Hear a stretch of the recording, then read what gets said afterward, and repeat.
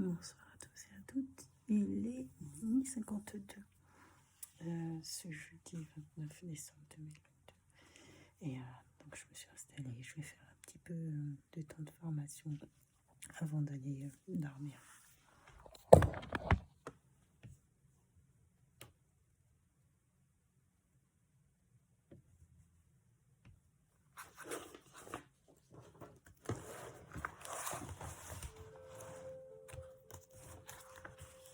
On vient de voir ce qui favorisait l'oubli.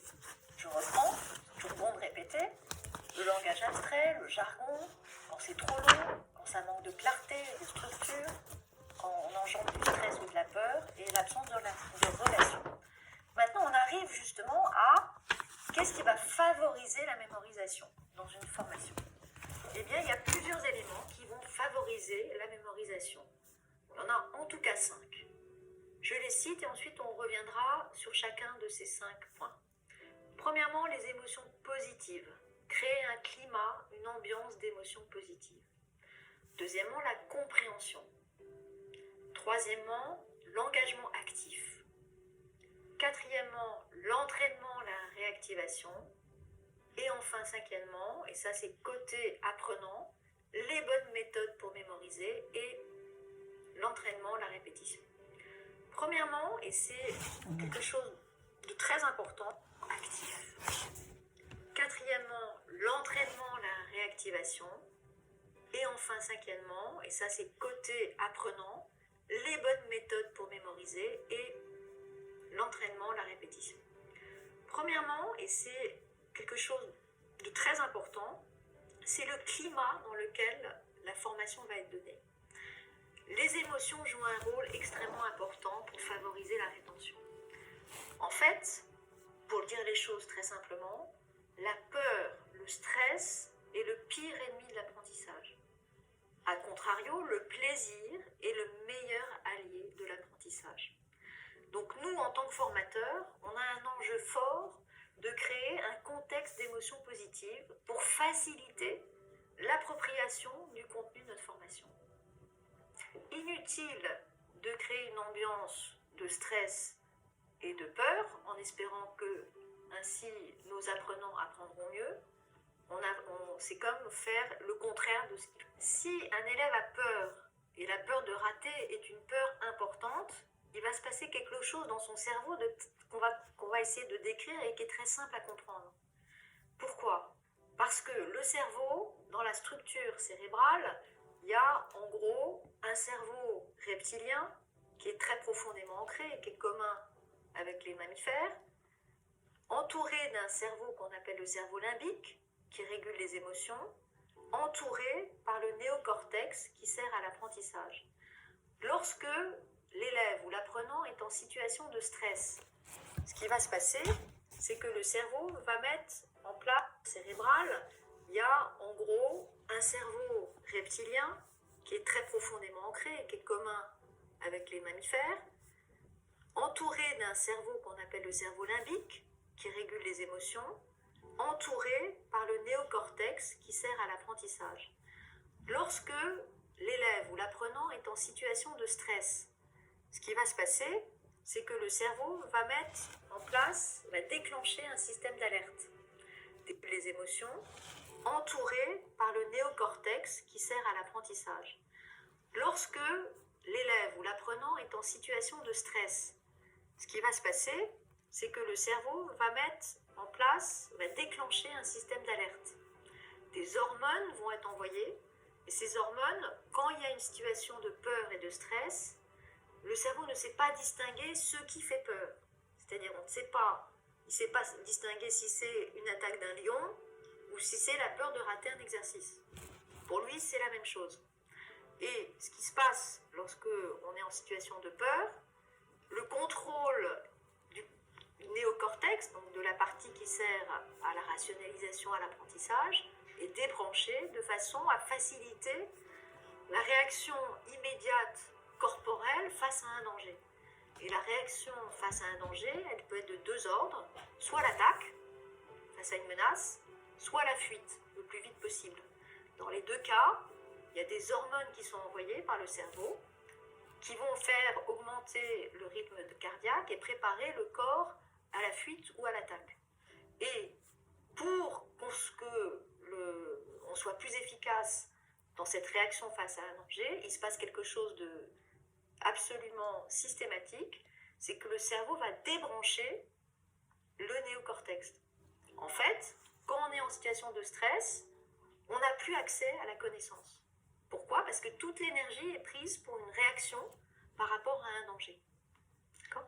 Du coup, c'est ce qui arrive quand on a peur et qu'on est dans un examen, par exemple. C'est le trou de mémoire, la page blanche, etc.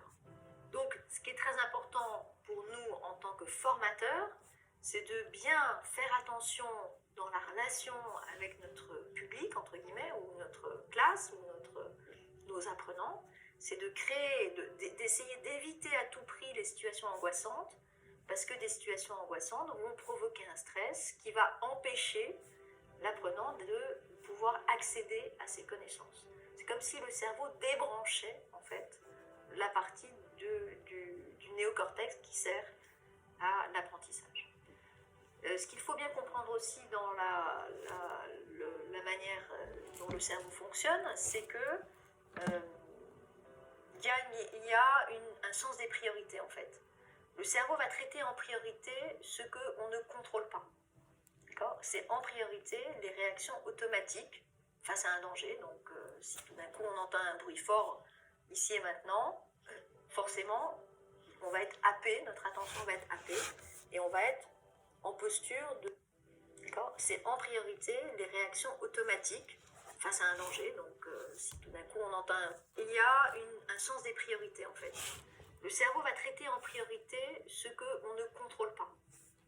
C'est en priorité les réactions automatiques face à un danger. Donc, si tout d'un coup on entend un bruit fort ici et maintenant, forcément, on va être happé, notre attention va être happée, et on va être en posture de fuite ou d'attaque. Il y a d'autres conditions qui font qu'on va débrancher le cortex, par exemple, la peur, évidemment, on en a parlé, la faim, la fatigue, la perception d'un danger, etc. Tout ça, ça va bloquer l'apprentissage. Donc, pour être en situation d'apprentissage favorable, il faut réunir un certain nombre de conditions qui font qu'on va éviter ces situations où le cerveau va se mettre en mode automatique pour débrancher, en fait, la capacité d'apprendre, pour pouvoir traiter les informations considérées par le cerveau comme prioritaires. La compréhension dans l'apprentissage, c'est un autre enjeu, et ça, il nous revient en tant que formateur d'insister beaucoup sur la manière dont on va faire comprendre notre sujet, quel qu'il soit, parce que on ne peut pas retenir ce qu'on ne comprend pas. On aura beau mettre toutes les méthodes de mémorisation à notre disposition, en œuvre, tant qu'un contenu n'est pas très bien compris, il n'y a aucune chance pour qu'il soit bien retenu. La compréhension est une clé importante de la mémorisation. Donc, en tant que formateur, c'est extrêmement important de s'adapter au niveau de compréhension des apprenants. Très souvent, le formateur est un expert. Et l'expert, c'est celui qui a passé des milliers d'heures à connaître son sujet. Et la tendance des experts, c'est d'oublier ce qui se passe quand on n'est pas expert, quand on est débutant. Et donc, c'est cette différence de statut entre expert et débutant qui empêche bien souvent le formateur ou le professeur de penser comme un débutant. Or, pour qu'un débutant apprenne, il faut se mettre à son niveau. Et donc l'accompagner dans toutes les phases du développement de sa pensée. On a tous oublié comment on a appris à lire, par exemple. Il faut bien se dire que l'apprentissage de la lecture, c'est quelque chose d'assez fastidieux et d'assez long, et que c'est difficile, une fois qu'on sait lire, de se souvenir comment on ne sait pas lire. Et c'est un peu ça, la difficulté. Vous êtes expert, ne pas oublier de vous mettre dans la posture du débutant. Donc, lâcher les explications compliquées pour reprendre la simplicité de départ, pour amener petit à petit le débutant à un peu plus d'expertise chaque jour. avec un apprentissage extrêmement progressif.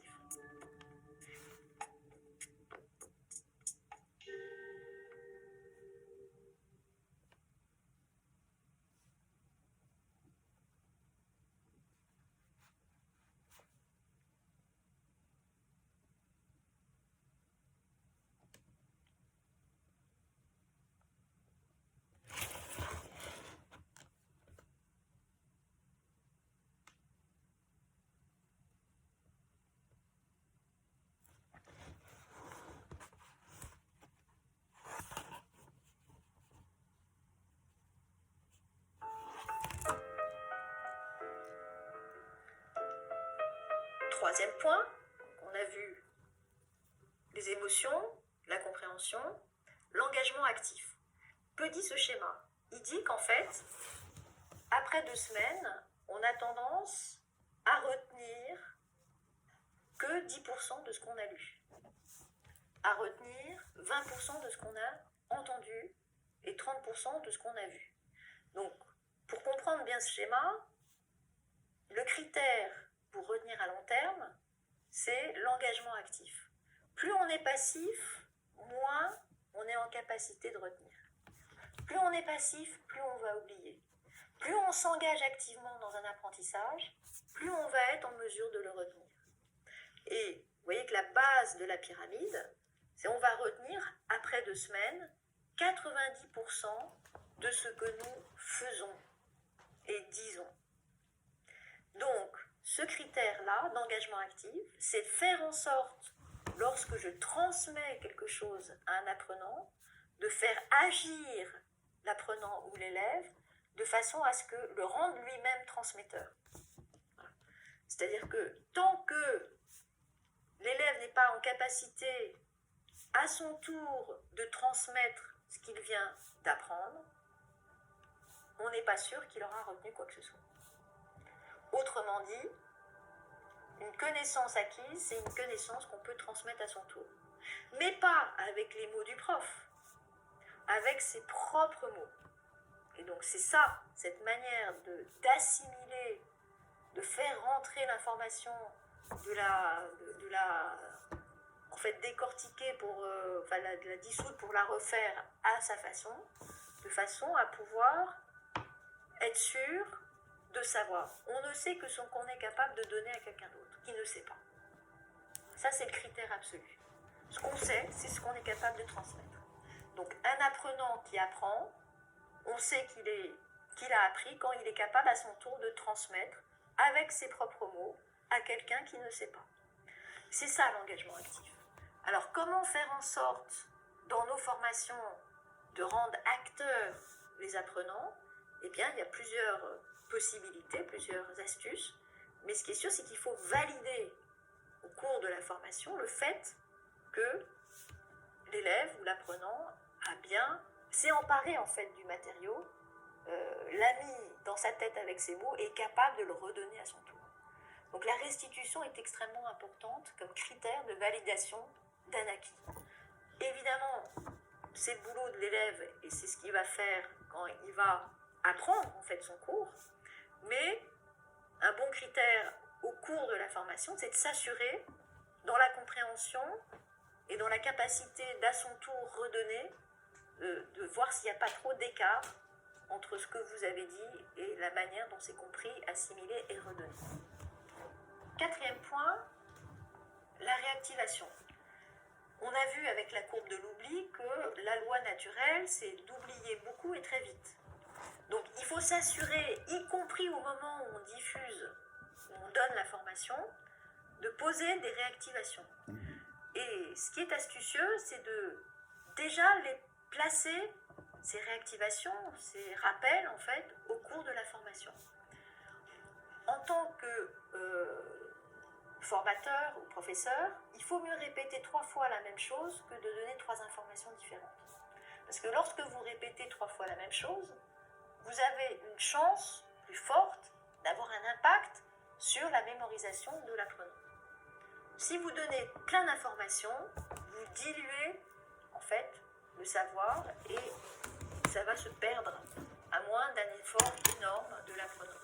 Donc au cours cours de la formation, ne pas hésiter à répéter ce que vous avez déjà dit, et de faire en sorte de faire des pauses pour reprendre ce qui a été vu, de jamais passer à une partie sans reprendre la partie d'avant, de valider le fait que ce qui a été vu a été assimilé, plus ou moins, il y a une restitution possible. Donc, tenir compte de cette courbe de l'oubli à l'intérieur même de nos formations pour faciliter la mémorisation. Si on veut transformer une information en connaissance, il va falloir que l'élève ou l'apprenant mette en place un certain nombre de réactivations du savoir de manière espacée. La meilleure façon de retenir, c'est de placer astucieusement ces réactivations de façon à permettre à la mémoire de conserver le plus possible la totalité de l'information. Ce n'est pas du tout ce que font la plupart des élèves pendant les études. Pendant les études, la plupart des élèves, ils ont une date de manière espacée. Le meilleur connaissance, il va falloir que l'élève ou l'apprenant mette en place un certain nombre de réactivations du savoir de manière espacée. La meilleure façon de retenir, c'est de placer astucieusement ces réactivations de façon à permettre à la mémoire de conserver le plus possible la totalité de l'information. Ce n'est pas du tout ce que font la plupart des élèves pendant les études. Pendant les études, la plupart des élèves, ils ont une date d'échéance avec un examen et en général, ils ont le cours qui est peut-être 1 mois ou 2 mois avant et ils vont laisser passer le temps et tout avaler au plus près de l'examen en chargeant à fond la mémoire à court terme, qui est beaucoup plus souple et beaucoup plus efficace chez des jeunes que... La meilleure façon de retenir, c'est de placer astucieusement ces réactivations de façon à permettre à la mémoire de conserver le plus possible la totalité de l'information. Ce n'est pas du tout ce que font la plupart des élèves pendant les études.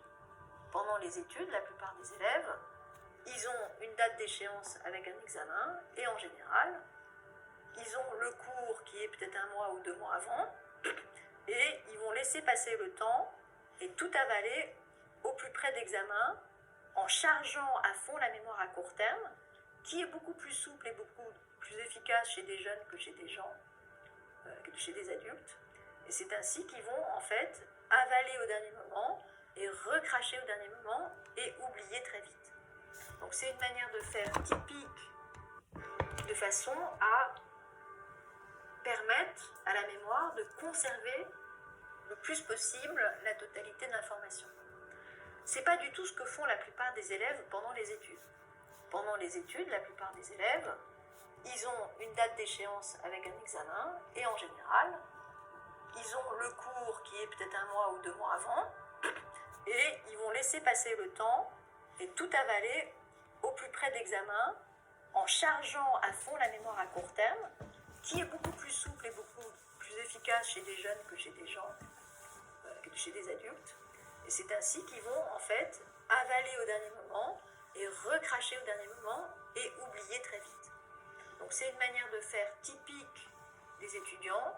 On apprend beaucoup en un seul coup et on recrache, alors que la manière durable de conserver en mémoire durablement un apprentissage, ce serait de découper cet apprentissage en séquences courtes et placer avec des répétitions régulières de façon à apprendre peu, mais souvent, et pour pouvoir ancrer la mémorisation. Autrement dit, si j'ai 2 heures de travail pour apprendre un contenu, mieux vaut faire 4 séances d'une demi-heure réparties dans le temps, en plaçant les séances le plus près possible du moment où j'ai eu la formation, parce que ce sera plus facile, plutôt que de donner ces 2 heures d'un seul coup la veille d'un contrôle. Cette méthode des répétitions espacées, évidemment, à l'époque de la surcharge d'informations et d'une quantité trop forte d'informations, c'est pas ce qu'on aime faire, mais c'est une des manières les plus efficaces de retenir durablement. Donc, il faut qu'on le sache, nous, en tant que formateurs, et qu'on le transmette à nos apprenants, de manière à les aider à obtenir un savoir durable. Il y a une analogie pour l'assimilation à l'époque de la... Je vais poursuivre demain. Je vais poursuivre ça demain.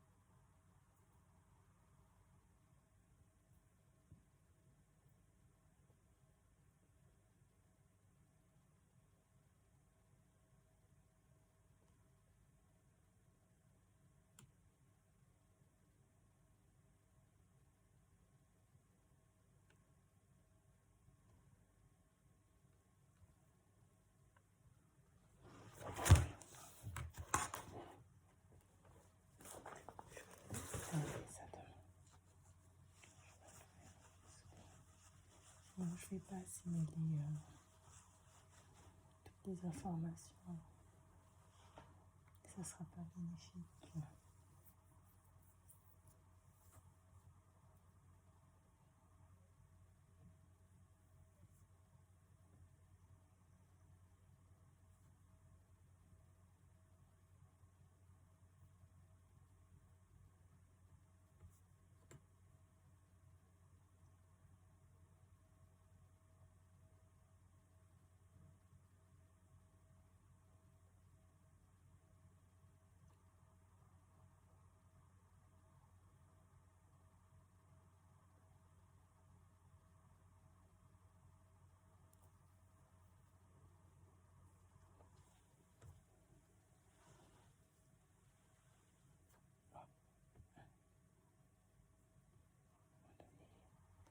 Le cerveau dit stop.